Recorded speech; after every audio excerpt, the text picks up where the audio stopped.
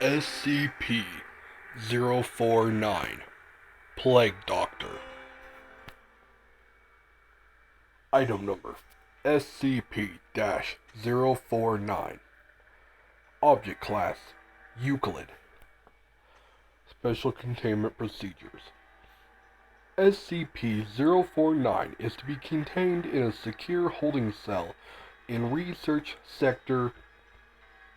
SCP-049 is not to be removed from its cell unless approved by a Level 2 or higher personnel, before which SCP-049 must be heavily sedated.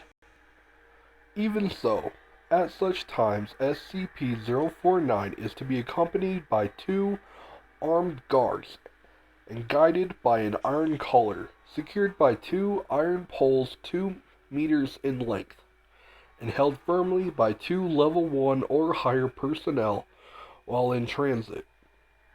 Any experiments performed on SCP-049 are to be conducted inside of specifically prepared rooms. See Document 042-D-3-18.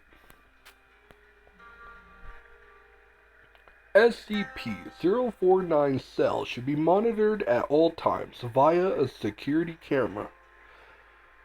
Should any abnormal behavior occur, Doctor is to be alerted at once.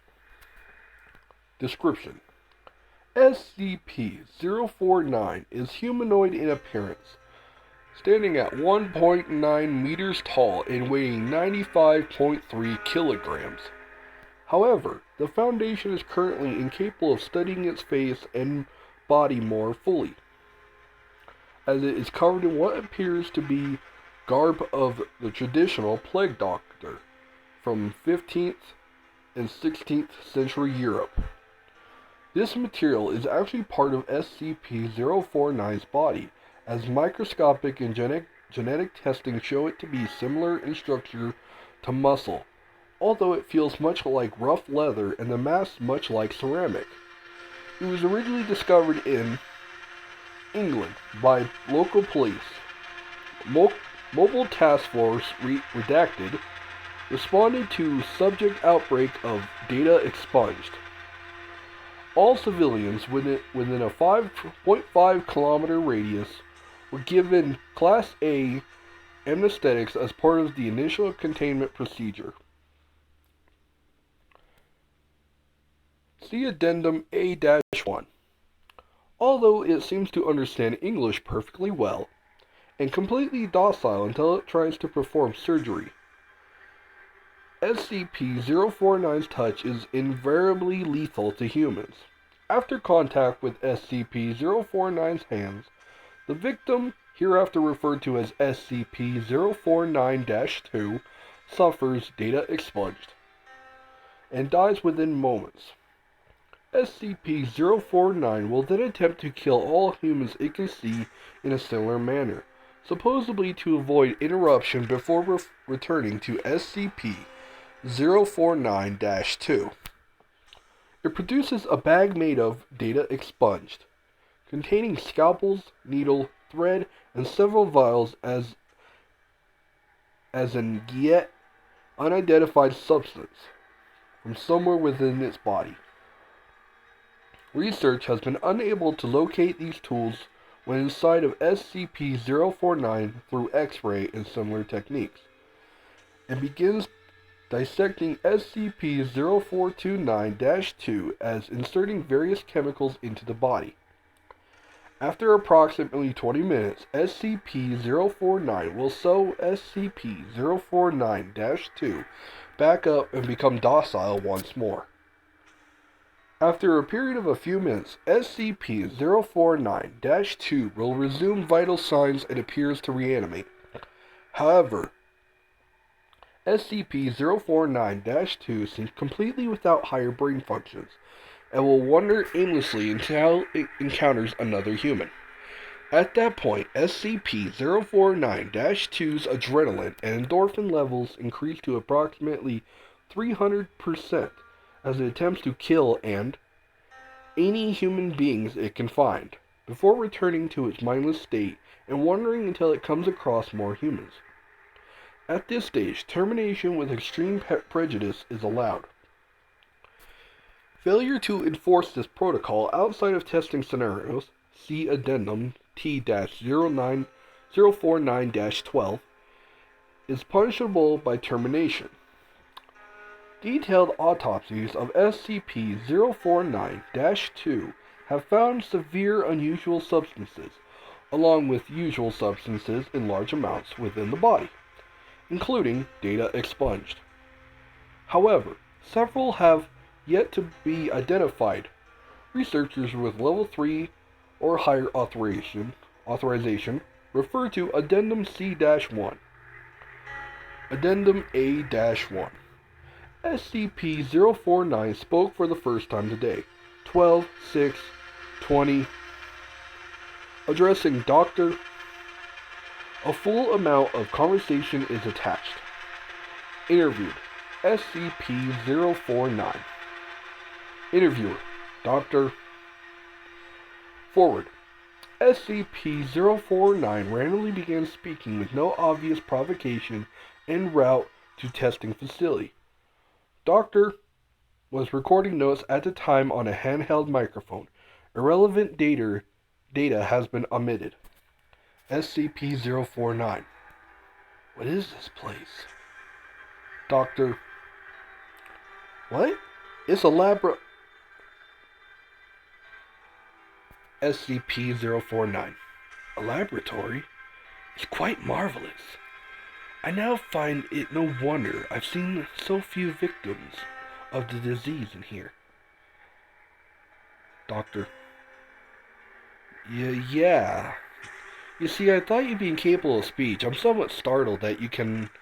SCP-049. Oh, my. Yes. Good sir. I simply prefer not to. Most victims of the disease are quite melancholy and do not react all well to conversation. I have seen you several times now, and I have not detected the disease in you. Therefore, I assume you are also a doctor. Doctor.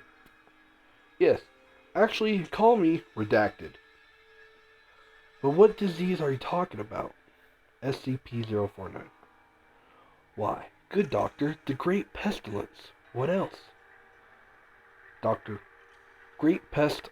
Oh, the plague. Should have seen that coming, but no one here is infected, I can assure you. SCP-049. Oh, good doctor. I can assure you, the pestilence is here, and I can sense it. It is my duty to live in life, to rid the world of it. My cure is most effective. Doctor, your cure has cost us nothing but hundreds of lives. Your cure is faulty. SCP-049. Good doctor, my cure is most effective. SCP-049 lapsed once again into silence, and no further attempts to be made to make it speak were effective.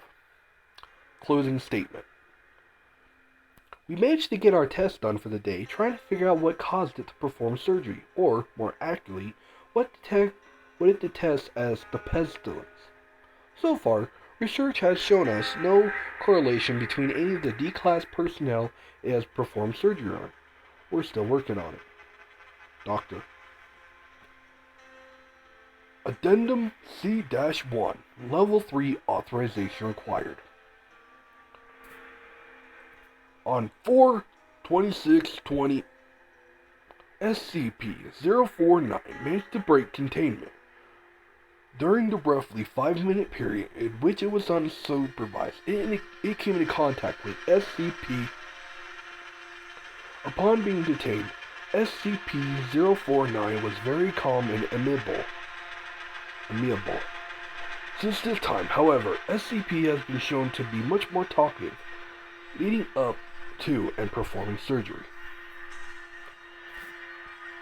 I don't know what 049 and that damn mask talked about, but he seems much happier overall. He no longer seems to sit and mope around in his cell, and several staff have claimed to hear him humming old church hymns. In addition, the moments leading up to the performing surgery, he has started talking, apparently trying to comfort his victim, claiming that he is the cure, among other things. The focus of our research has been shifted towards finding out what the hell he and Redacted talked about during their little chat. Doctor. Well, SCP-049, the Plague Doctor. You know, stories like these really make you wonder if this was real, and who knows, they may be. If this was real, what exactly are they talking about? What exactly is the plague? What exactly is this cure? You see, obviously, killing somebody and then bringing them back from the dead into this mindless corpse for the most part isn't exactly a cure, I guess. But I mean, hey, maybe it is. Maybe there's more to it than what we can comprehend. You see, part of being in this world, being human, or existing at all for that matter, is always wondering what is out there, what is possible, what is the answer to everything.